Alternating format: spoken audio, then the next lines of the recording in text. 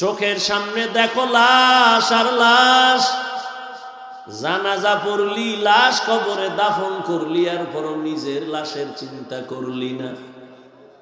কত মা সন্তান হারায় কাঁদে, আমারে কে আম্মু বলে আর ডাক দিবে। মা সন্তান হারায় কাঁদে, আমি কাকে আম্মু বলে ডাক দিব? এরে আল্লাহর বান্দা, ভাই ভাই হারায় কান্না করতেছে, স্ত্রী স্বামী হারায় কাঁদে, স্বামী স্ত্রী হারায় কাঁদে। ও আল্লাহর বান্দা, এই কান্না তো তুমি কাঁদো না, তবে লেখা রাখো তোমার ঘরেও কিন্তু কান্না আসতেছে। এমন কান্না শুরু হবে আর কান্না শেষ হবে না। ও আল্লাহর বান্দারা, এত বয়ান জানো শুনো, এরপরও কেন মানো না রে বাবা? এর একমাত্র কারণ, আমার মালিকের দরবারে যে যাওয়া লাগবে, দাঁড়ানো লাগবে, হিসাব দেওয়া লাগবে, সে চিন্তাই নাই। এই চিন্তায় যারে ধৈর্য ফেলাইছি, ওই বান্দার দিয়ে তাকাইলি দেখবা চোখের কোঠায় পানি।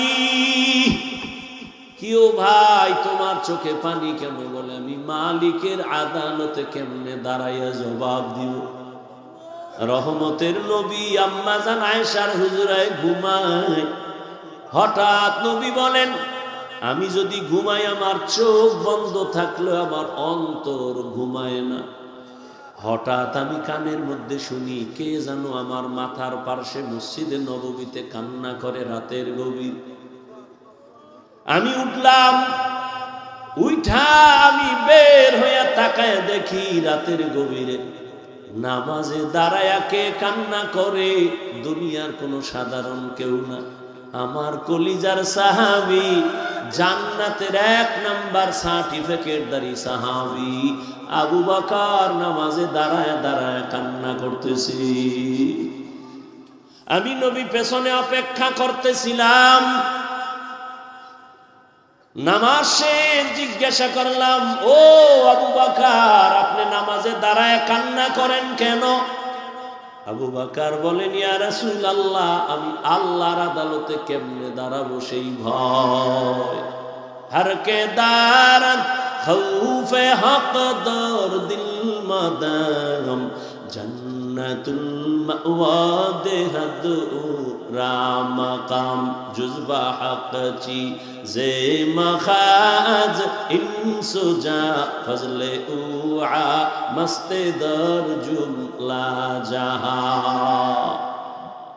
এই আল্লাহর ভয়, আল্লাহর আদালতে দাঁড়ায় হিসাব দেওয়ার ভয়টা অন্তরে ঢুকানোর জন্য লাগবে একজন আল্লাহওয়ালার নেক নজর।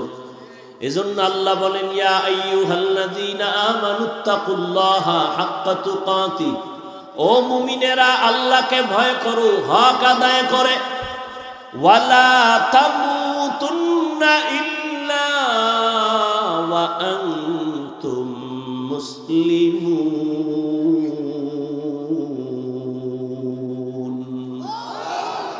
মুসলমান না হইয়া মরিও না, সাবধান। নবী বলেন, আলা কুল্লুকুম রাইন ওয়া কুল্লুকুম মাসউলুন আন রাইয়াতিহি। এই মুদেকা মোনাজাত দিয়ে দিমু, মাওলায় যদি বাড়ি না নেয় কেমনে আগে বাড়ি যাবা? মাওলায় না নিলে পারবা? একজনে 1.5 ঘন্টা আগে উঠে গেছে, তাড়াতাড়ি বাড়ি যাইব, আর একজনে মোনাজাত দিয়া কান্নাকাটি কইরে এরপরে রওনা হইছে বাড়ি যাব। ওই ঘটনা আছে না, সুলতান মাহমুদ গজনবীর ঘটনা, আয়াজের ঘটনা, এক ধনী বড় টাকাওয়ালা আর মালিক আর গোলামের ঘটনা। মালিক আর গোলাম বাড়ি যায়, হঠাৎ মালিকের কয়, গোলাম স্যার একটু দাঁড়ান, আমার একটু জরুরত আছে। কয় দাঁড়াই নাম। ঢুইকা গেছে মসজিদে, মসজিদে গিয়া সেজদায় যাইয়া কান্দে। মালিক অপেক্ষা করে, আয় না কেন? নাইমা গিয়া দেখে গোলাম সেজদায় পড়ে কাঁদে, ও মালিক তোমার দরবারে হাজির, তুমি কবুল করো। দীর্ঘ টাইম অপেক্ষা কইরা গোলাম যখন বের হইতেছে, মালিক কয় এত দেরি কেন করলা? কয় যেই মালিক তোমারে মসজিদে ঢুকায় না ওই মালিক আমারে যেন কেমন বের হইতে দেয় না। মাছ পানি ছাড়া ভাল লাগে না। মাছ পানি পাইলে মনে করে আমার জীবন।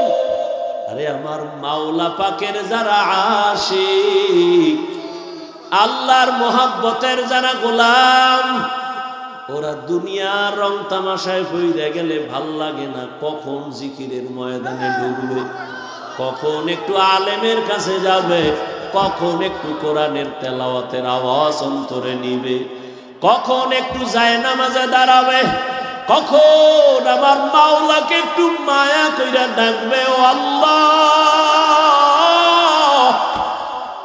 আরে আমার মাওলারে ডাকলেই তো বান্দা এত খুশি, আল্লাহর মোহাব্বত অন্তরে জমা হয়ে যায়। হানজালা নবীর সাহাবী, ঘটনা আপনারা নাম শুনছেন। হানজালা রহমতের নবীর বড় আশিক। একদিন রাস্তায় হাঁটে আর ঘুরে আর কয়, না ফাকা হানজালা, না ফাকা হানজালা, আমি হানজালা মুনাফিক হয়ে গেছি, মুনাফিক। ঘুরতে ঘুরতে দেখা ওমরের সাথে। এই হানজালা, কি চিল্লাও কেন? আমি মুনাফিক হয়ে গেছি। কয় কেন? কয় আমি নবীর কাছে যখন থাকি তখন আমার অন্তর এমন যে আমি আর কোন দুনিয়ায় নাই, এখন আমি আমার মালিকের নজরে বসে আছি, দরবারে রিসালাতের সামনে আছি। এখন আমার ছেলের চিন্তা নাই, মেয়ের চিন্তা নাই, বাড়ির চিন্তা নাই, গাড়ির চিন্তা নাই, টাকার চিন্তা নাই, ক্ষমতার চিন্তা নাই। এখন আমার চিন্তা আমি একজনারে পাইছি, আমার নবী। আমি ওই নবীর হাত ধরে আমার মালিকের একটু কেমনে দেখবো, যেই নবীর চেহারা এত সুন্দর, একটা নজর নবীর চেহারা দিয়ে তাকাইলে পেটের ক্ষুধা থাকে না। মায়ার নবী এত সুন্দর, আমার মাওলায়ের এত সুন্দর কইরা বানাইছেন, ওই মালিক আমার আল্লাহ না জানি কত সুন্দর। এত সুন্দর আসমান যিনি বানাইছেন তিনি কত সুন্দর, এত সুন্দর কণ্ঠ যিনি দান করছেন তিনি না জানি কত সুন্দর, এত সুন্দর রঙের ফুল বাগান সাজাইছেন তিনি কত সুন্দর। ওরে যারা মাওলার আশিক ওরা ভাবে আর খুঁজে আমার মালিক, আমার আল্লাহরে আমি তো এখনো পাইলাম না। ফুলের ঘেরান পাইলাম, কে বানাইলেন তারে তো পাইলাম না। ওরে আল্লাহর মোহাব্বত যার অন্তরে জমা হয়ে গেছে, সে একবার আমার মাওলারে দেখার জন্য পাগল। হানজালা বলে, আমি নবীর দরবারে থাকলে আমার অন্তর থাকে একরকম, আমি নবীর দরবারের বাইরে গেলে তখন আবার অন্তর দুনিয়ামুখী হয়ে যায়। আমার ছেলে, আমার বাড়ি, আমার গাড়ি, আমার টাকা, আমার পয়সা, আমার ক্ষমতা, আমার চেয়ার, এই সব আমার অন্তর আইসা জমা হয়, আমি মুনাফিক হয়ে গেছি। ওমর কয়, তো এই অবস্থা তো আমারও হয়। নবীর দরবারে থাকলে দুনিয়ার কোনো চিন্তা নাই, আবার যখন নবীর দরবার থেকে বাইর হইয়া যায় তখন আবার দুনিয়া আমারে পেয়ে ফেলে, দুনিয়া দুনিয়া আমাকে গ্রাস করে ফেলে, দুনিয়ার চিন্তা, ছেলের চিন্তা, মেয়ের চিন্তা আমাকে গ্রাস করে ফেলে। এবার কথা, চলো নবীর দরবারে চলো, সমাধান নেই। দোনোজনে যায়, মুনাফিক হয়ে গেছে। ওমরও কয় আমি মুনাফিক হয়ে গেছি, হানজালাও কয় আমি মুনাফিক হয়ে গেছি। হঠাৎ আবু বকর সিদ্দিক রাদিয়াল্লাহু তাআলা আনহুর সামনে দাঁড়ানো। এই ওমর, তুমি চিল্লাও কেন? কয় মুনাফিক হয়ে গেছি। হানজালাও কয় মুনাফিক হয়ে গেছি। কারণটা কি? বলে এই কারণ, নবীজির দরবারে যখন থাকি মনে হয় যেন দুনিয়াতে আমার আর কিছু নেই, নবী আমার কলিজা, আমি নবীর হাত লাগাই আমার মালিক আল্লাহর সঙ্গে মোলাকাত করব। কিন্তু নবীর দরওয়াজা থেকে বের হইলে তখন আবার ধুইকা যায় ছেলে, মেয়ে, স্ত্রী, পরিবার, দুনিয়ার চিন্তা। আবু বকর কয়, অবস্থা তো আমারও, মনে হয় আমিও মুনাফিক হয়ে গেছি। আমার মাওলার ভয়, আর তুমি নামাজে দাঁড়াইয়াও দোকান নিয়ে ভাবো, নামাজে দাঁড়াইয়াও ছেলের চিন্তা, মেয়ের চিন্তা, ঘরের চিন্তা, ক্ষমতার চিন্তা। ওরে আবু বকর, নবীর দরবার থেকে বের হইলে দুনিয়া, নবীর দরবারে থাকলে দুনিয়ার চিন্তা নাই, এরপরও ভয় কান্নার আওয়াজ। আর তোমার আমার তো নামাজের মধ্যেও দুনিয়া ঢুকানো, জিকিরের মধ্যেও দুনিয়া ঢুকানো। তোমার আমার চোখে পানিও নাই, কোনো আফসোসও নাই রে বাবা। নবীর দরবারে গেলেন, রহমতের নবী বলেন, এমন যদি তোমাদের হয় আর ভয় লাগে, এটাই তোমাদের ঈমান যে শুদ্ধ পরিপক্ক, এটাই তার প্রমাণ। তোমাদের ঈমানে কোনো ভেজাল নাই। এরে নবীরা আশেক ইব্রাহিম ইবনে আদহাম পাগলের মতো হয়ে গেল। কে আমাকে বোকা বলল? ঠিকই তো, আমার ওয়ার্ডারে বলখের মানুষগুলো দাঁড়ায় আর বসে, কিন্তু আমি তো একবারও চিন্তা করলাম না এই যে সূর্যটা উঠছে পূর্ব দিগন্তে, এই সূর্য তো আমার অর্ডারে উঠেও না, আমার অর্ডারে ডুবেও না। রাতের বেলা আকাশে চাঁদের আলো, আমার অর্ডারে চাঁদ উঠেও না, ডুবেও না। তাহলে এর পেছনে তো একজন মালিক আছে, নাই? ওই মালিকের তালাশ করছনি? এরে আল্লাহর বান্দা, তোমারে কেউ হাদিয়া পাঠাইছে, কে পাঠাইছে তার পরিচয় নাও, মোলাকাতের জন্য পাগল, দেখা করলে মনে হয় আরো হাদিয়া দিবে। যেই মাওলায় তোমারে আমারে মানুষ বানাইছেন, কুকুর বানান নাই, শুকার বানান নাই, আবার আখিরি নবীর উম্মত বানাইছে, এত সুন্দর জীবন আমাকে দান করছেন। আমার মতোই তো কত মানুষ, ওই যাও ডিআইটি মসজিদের বারান্দায় যাও, বাইতুল মুকাররমে জুমার দিন গিয়া দেখো, পাও নাই, ভিক্ষা করে। দুইটা চোখের পাওয়ার নাই বলে আমি অন্ধ, আমারে কিছু ভিক্ষা দাও। আমার মাওলায় যদি তোরে অন্ধ বানাইতেন রে যুবক, বল সারা রাত মোবাইলে নাচ গান কেমনে দেখতি? আমার মাওলায় যদি অন্ধ বানাইতেন, কে তোরে চক্ষু দান করত? আমার মাওলায় যদি তোরে বধির বানাইতেন, কে তোরে আর সুস্থ করত? কত মানুষ সুস্থ ছিল, হঠাৎ কইরা জ্বর আসছে, বিছানায় পড়ে একটা সাইট নষ্ট হয়ে গেছে, বিছানার থেকে এখন আর উঠতে পারে না, কণ্ঠ শেষ, জীবনটাই অর্ধেক হয়ে গেছে। এখন ছেলেও ভালো জানে না, মেয়েও ভালো জানে না। ও আমার ফতুল্লাহ এলাকার মুসলমান বাবারা, ও বৃদ্ধ বাবাজি, ও যুবক, একটু চিন্তা করো বাবা, আমরা নবীর আদর্শ মানতে গিয়া কই আমগো তো না খাইয়া কেউ মরি নাই, সম্মান কমে নাই। আমি তোমাকে বলি না আমগো মতো হুজুর হয়ে যাও, একবারও বলি না রে বাবা। বরং তুমি স্কুলে পড়ো আলহামদুলিল্লাহ, কলেজে পড়ো, চাকরি করো, ব্যবসা করো আলহামদুলিল্লাহ, তবে ওখানে থাইকেই তুমি আমার মালিকের সাথে একটা লাইন লাগাও, ওখানে থাইকা নামাজের সেজদা দাও। চাকরি করিয়াও কি তোমার মতো নামাজি নাই? ব্যবসা করে নামাজ ছাড়ে না এরকম জেনারেল লাইনের মানুষ কি নাই? তোমার মতো যুবক রাস্তায় গাড়ি চালায়, এক বেলার নামাজও ছাড়ে না, দাড়িও কাটে না। বলো বাবা তুমি কেন পারো না? তোমার মতো কত যুবক নদীর মধ্যে মাছ ধরে, নামাজ ছাড়ে না, বলো তুমি কেন পারো না? তোমার মতো যুবক স্কুল কলেজে পড়িয়াও নামাজ ছাড়ে না, বলো তুমি কেন পারো না? আসলে কি তোমার কপাল পুড়িয়া গেছে, নাকি কোরআন হাদিস মিথ্যা মনে করেছো? যদি বলো হ্যাঁ, তো একটা ভুল কোরআন থেকে বের করে দাও, আমিও দাড়িটা কেটে ফেলি, নামাজ বন্ধ করে দেই। যদি কোরআনে ভুল হয় সবই ভুল, আল্লাহ ভুল। আর যদি বলো না আল্লাহর কোরআন সত্য, তো আল্লাহ আছেন সত্য, গুনাহ নিয়ে কবরে গেলে আযাব হবে তাও সত্য, নেক আমল নিয়ে যদি যাও জান্নাত পাইবা তাও সত্য। আল্লাহর কোরআন মিথ্যা না সত্য? ওই কোরআনে জান্নাতের বয়ান আসেনি, ওই কোরআনে জাহান্নামের বয়ান আসেনি। কে জান্নাতে যাবে, কে জাহান্নামে যাবে আল্লাহ তাও বলেছেন। মনটাকে শুধু বুঝাইও, হাফিজুর রহমান ভাই তো আমাদেরকে হুজুর হওয়ার জন্য তাকিদ দেয় নাই, হাফিজ ভাই তো কওমি মাদ্রাসায় যাইতে বলে নাই, হাফিজুর রহমান তো তাবলিগ না গেলে জাহান্নামে যাবা বলে নাই। কি বলছে? স্কুলে পড়লেও নামাজ ছাড়া যাবে না, স্কুলে পড়িয়াও তো আমার মতো যুবক নামাজ পড়ে, আমি কেন পারি না? আমার মতো যুবক চাকরি করে নামাজ পড়ে, আমি কেন পারি না? আমার মতো যুবক ব্যবসা করে নামাজ পড়ে, আমি কেন পারি না?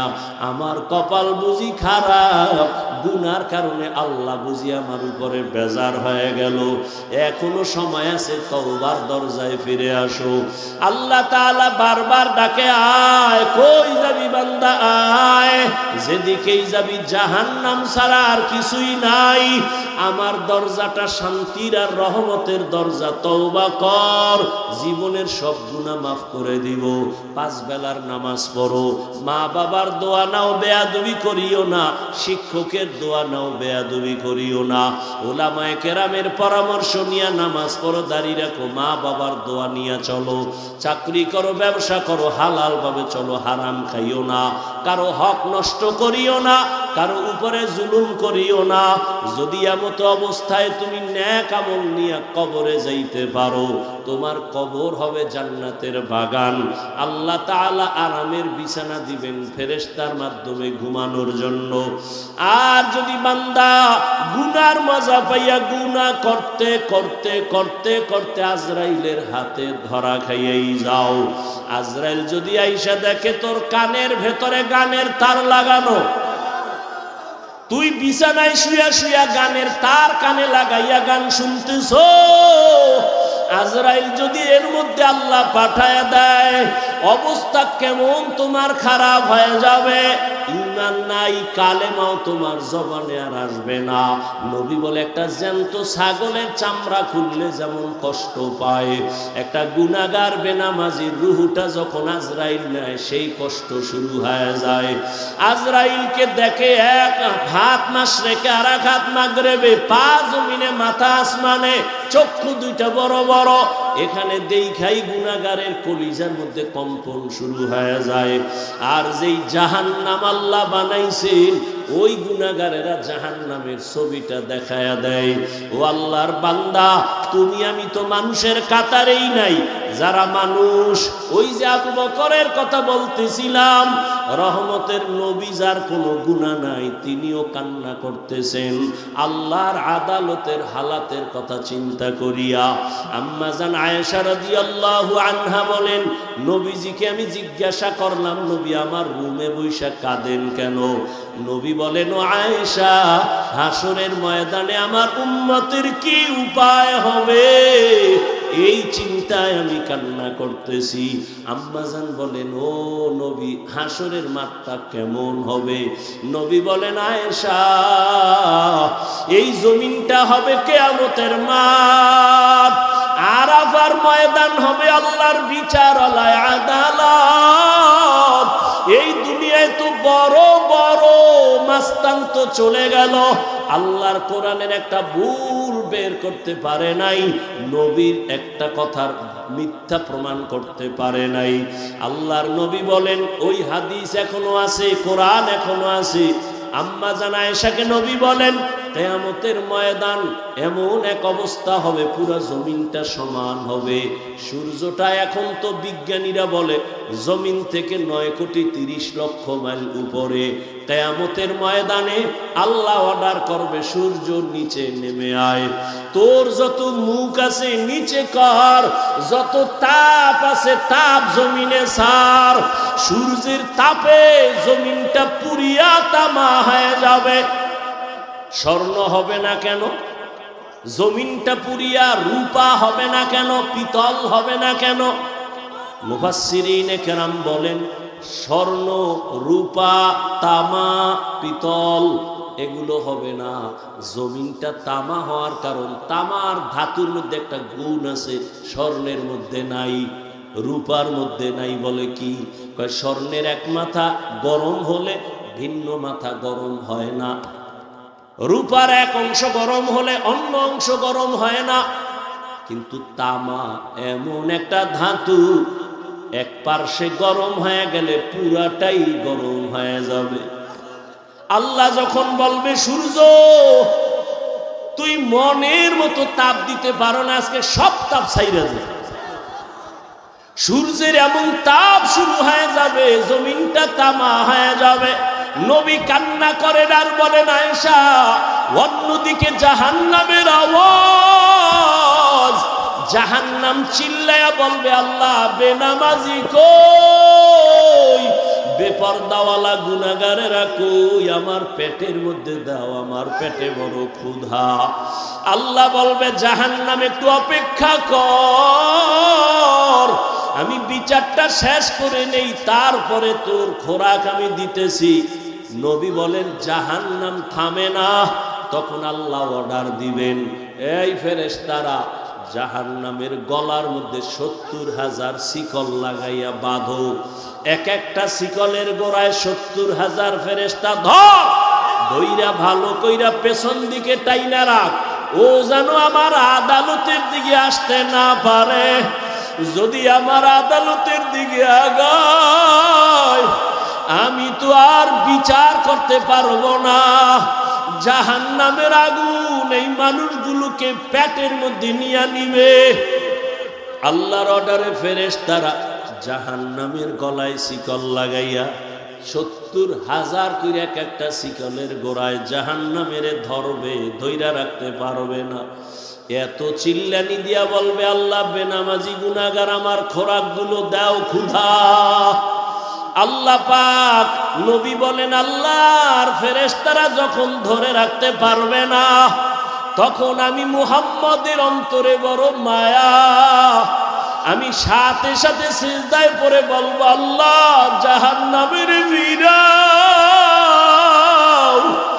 আমার উম্মত মনে হয় ধইরা ফালাইবে, ফিরাও, আমার উম্মত যেন জাহান্নামের আগুনে না যায়। আমার উম্মত যদি জাহান্নামে যায় আমি জান্নাতে যাব না। তখন আল্লাহ বলবে নবী আপনি মাথা উঠাইয়া দেন, কাঁদিয়েন না, আপনার কান্না আমি সহ্য করতে পারি না, আমি মাথা উঠাইয়া দিব। আল্লাহ পাক দেখে জাহান্নাম এখনো দাঁড়ায় না, শিকলেও ধরে রাখতে পারে না। তখন আল্লাহ আমার সান্ত্বনার জন্য একটু কুদরতি হাতের পানি ফেরেশতারে দিয়া বলবে জাহান্নামের গায়ে ছিটায়া দাও। যখন জাহান্নামের গায়ে আল্লাহর দেওয়া কুদরতের পানিটা ছিটায়া দিবে, জাহান্নাম দ্রুত গতিতে পেছনে ভাগতে থাকবে।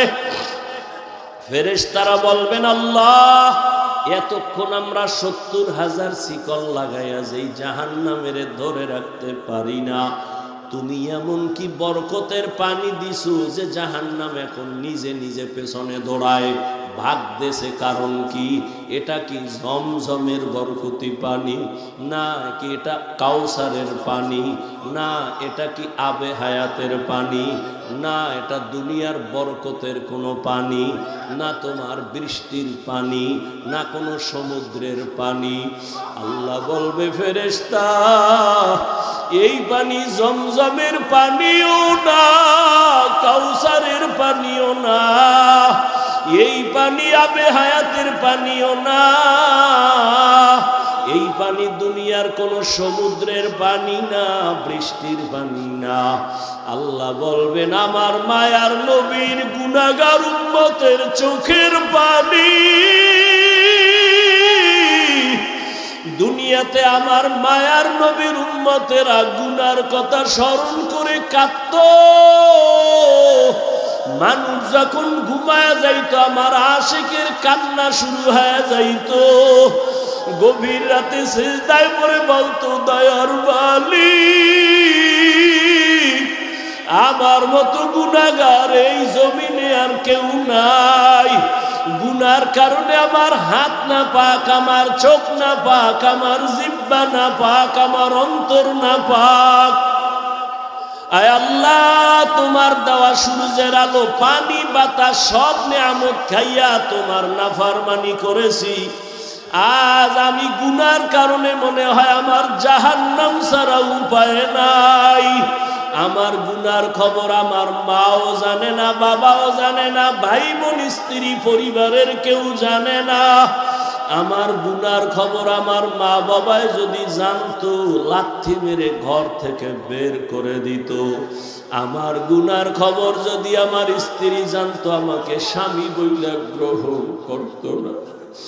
আমার গুনার খবর যদি আমার সন্তান জানতো, কোনদিন আমাকে বাবা বলতো না। ও দয়ার মালিক যে তুমি কত দয়ার মালিক, তুমি আমার সব গুনার খবর জানো। ও আল্লাহ, এ যুবকের আমার মাওলারে ডাক দে, দুই ফোঁটা চোখের পানি ছাড়, আর গুনার কত স্মরণ করে ক্ষমা চাও। আর আল্লাহরে বলো, আমার মাওলা যে কেমন দয়ার মাওলা। ওরে দরওয়াজা জানালা বন্ধ করে মোবাইলের দ্বারা যে গুনাহ করেছ, ওই দরওয়াজা জানালার ভেতরের গুনার খবর মাও জানে না, বাবাও জানে না। ওরে আমার মাওলারে ফাঁকি দিতে পারো নাই রে বাবা। আরে তোমার গুনার খবর যদি মা জানতো, ঘর থেকে বের করে দিত। কিন্তু আমার মাওলা যে কেমন দয়ার মালিক, গুনাহ করছি দেখছেন, এরপরও ঘরের থেকে বের করে দেয় নাই, সম্মানের চেয়ার থেকে ফালাইয়া দেয় নাই। ও আল্লাহর বান্দারা, আজকে বাড়ি পাইছো, গাড়ি পাইছো, সন্তান বিবি পরিবার ক্ষমতা সবই পাইলা, কিন্তু আজকে যেইগুলি পাইয়া পাগল, চিন্তা করে দেখছো এগুলি কিছুই তোমার আমার আপন না। ওরে আজরাইল আইসা যখন রূহ দইরা টান মারবে, ওরে তোমার আপন মা বাবা তোমারে ফেলে দিবে, আর ঘরে ঢুকাইবে না। সাদা কাফনের প্যাকেট বানাইয়া কবরের দেশে পাঠাইয়া দিবে। এতদিন যে মা বাবার জন্য এত পাগল হইলাম, কেউ আমার সাথে যাবে না। আমি আস্তে আস্তে দেখি আমার বন্ধু নাই, আমার পাশের লোকগুলো সব আলাদা হয়ে গেল। এক পর্যায়ে আবার সাদা কাপড়ে পেঁচাইয়া আমারে বাগ বাগানে নিয়ে রওয়ানা। ওই কবরে অন্ধকার ঘর, বাতি নাই, কোনো সাথী নাই। ওই কবরে পাড়াইয়া পাড়াইয়া মাটি দিয়া সবাই চলে গেল, আমি এখন একা। আমার ডানে মাটি, বামে মাটি, সামনে পেছনে উপরে নিচে মাটি। কই আমার বাড়ি, কই আমার গাড়ি, কই আমার সন্তান, কই আমার মা বাবা, কই আমার ক্ষমতার চেয়ার, কই আমার সম্মান। এখন এই অন্ধকার কবরে দুইজন ফেরেশতা চলে আসবে প্রশ্ন করার জন্য। রবের পরিচয় দাও, ধর্মের পরিচয় দাও, রহমতের নবীর পরিচয় দাও।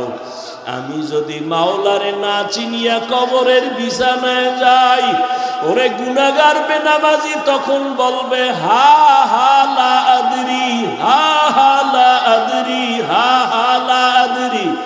আফসোস, আমি কিছুই জানি না, কিছুই জানি না, কিছুই জানি না। আমার রবকে আমি চিনি না, আমার ধর্ম কি জানি না, মুহাম্মদ নবীকে আমি চিনি না। নবী বলেন, সাথে সাথে আমার মাওলা রাগান্বিত কুদরতি আওয়াজ দিবেন। আল্লাহ বলবেন, ফেরেশতা, এর সাথে আর ভালো ব্যবহার করার কোনো সুযোগ নাই। এই বান্দারে আমি দুনিয়াতে কত আদর করছি, আমি আল্লাহ কত নিয়ামত খাওয়াইলাম। আমার দেওয়া জমিনের ফসল খাইলো, গাছের ফল খাইলো, নদীর মাছ খাইলো, একবারও শুকর আদায় করে নাই, বরং আমার নাফরমানি করেছে। আলেম ওলামারা বুঝাইলো, বুঝে নাই, বিরোধিতা করেছে। এখন আর সুযোগ দেওয়া হবে না, এর জাহান্নামের শিকল লাগাও, কবরের ভেতরে জাহান্নামের বিছানা দাও। আল্লাহ রাগান্বিত হয়ে বলবে, নাফরমানের ধর, কবরের ভেতরে জাহান্নামের আগুন লাগায় দাও। আল্লাহ রাগান্বিত হয়ে বলবে, ও কবরের মাটি, এই গুনাহগারের দুই পার্শ্ব থেকে জোরে জোরে চাপ দাও। পারো না, গুনাহ নিয়ে কবরে গেলে কেমনে মাটির চাপ সহ্য করবা? ওরে আল্লাহরে এখনো বন্ধু বানাও। আল্লাহর খাঁটি ওলি আল্লাহ যারা, উলামায়ে কেরামদের বন্ধু বানাও। এখনো সময় আছে, তওবা করো আর আল্লাহকে বলো, মাওলা গুনাহ আর করব না, নামাজ ছাড়বো না, বেপরদায় চলবো না, দাড়ি কাটবো না। আমার মাওলার আযাব বড় কঠিন। আল্লাহ এজন্য বলেছেন, মুসলমান না হইয়া মরণ বরণ করিও না। এখনো সময় আছে, তওবা করে নাও। স্কুলে পড়ো, কলেজে পড়ো, চাকরি করো, ব্যবসা করো, তওবা করো আর নামাজ ছাড়বা না, দাড়ি কাটবা না, বেপরদায় চলবা না।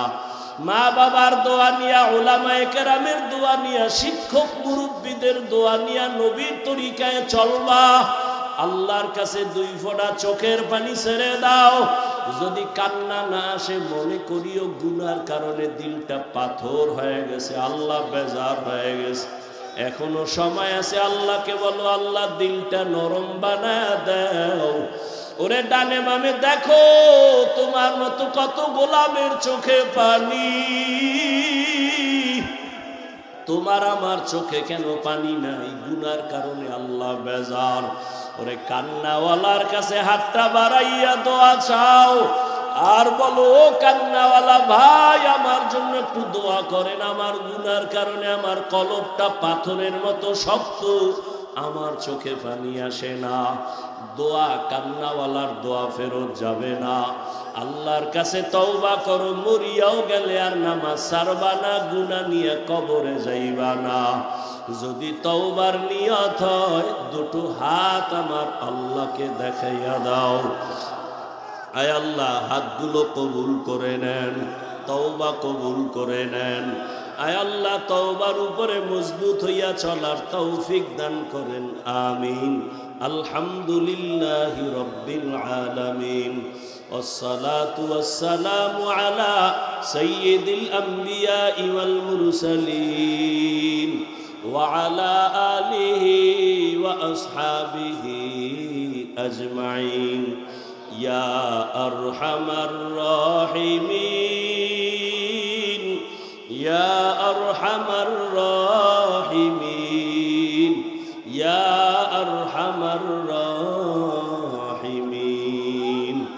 رب ارحمهما كما ربياني صغيرا رب ارحمهما كما ربياني صغيرا এ জীবনে না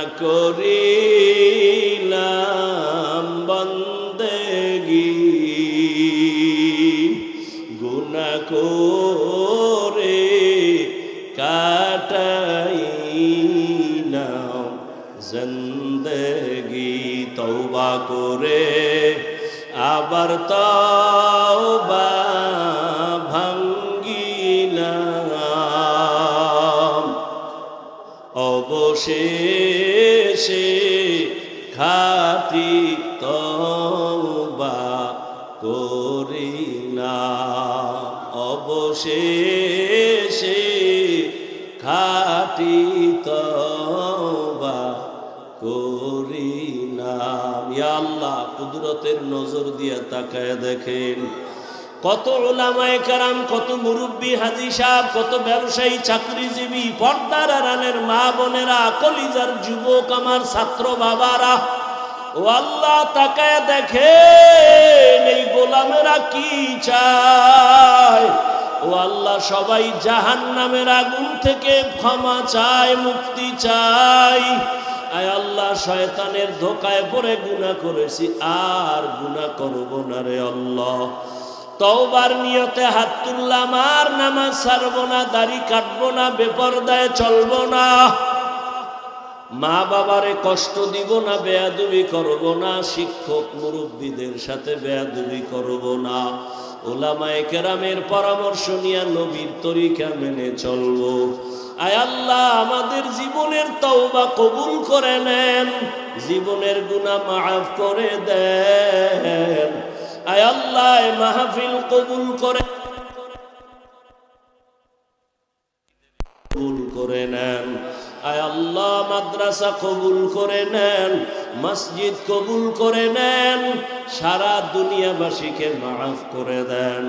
আয় আল্লাহ বিদেশের ঘরে যারা ব্যবসা চাকরি করে হেফাজত করেন, মুসলমানের হেফাজত করেন, বাংলাদেশ শান্তির দেশ বানায় দেন, জালেমদের জুলুম থেকে হেফাজত করেন, হিংসা দূর করে মোহাব্বত বাড়ায় দেন। আয় আল্লাহ মা বোনদের আবেদা বানায় দেন, পর্দা নিশি বানায় দেন, সন্তানগুলো নেককার বানায় দেন। আয় আল্লাহ যারা লেখাপড়া করে পরীক্ষার্থী কামিয়াবি দান করেন,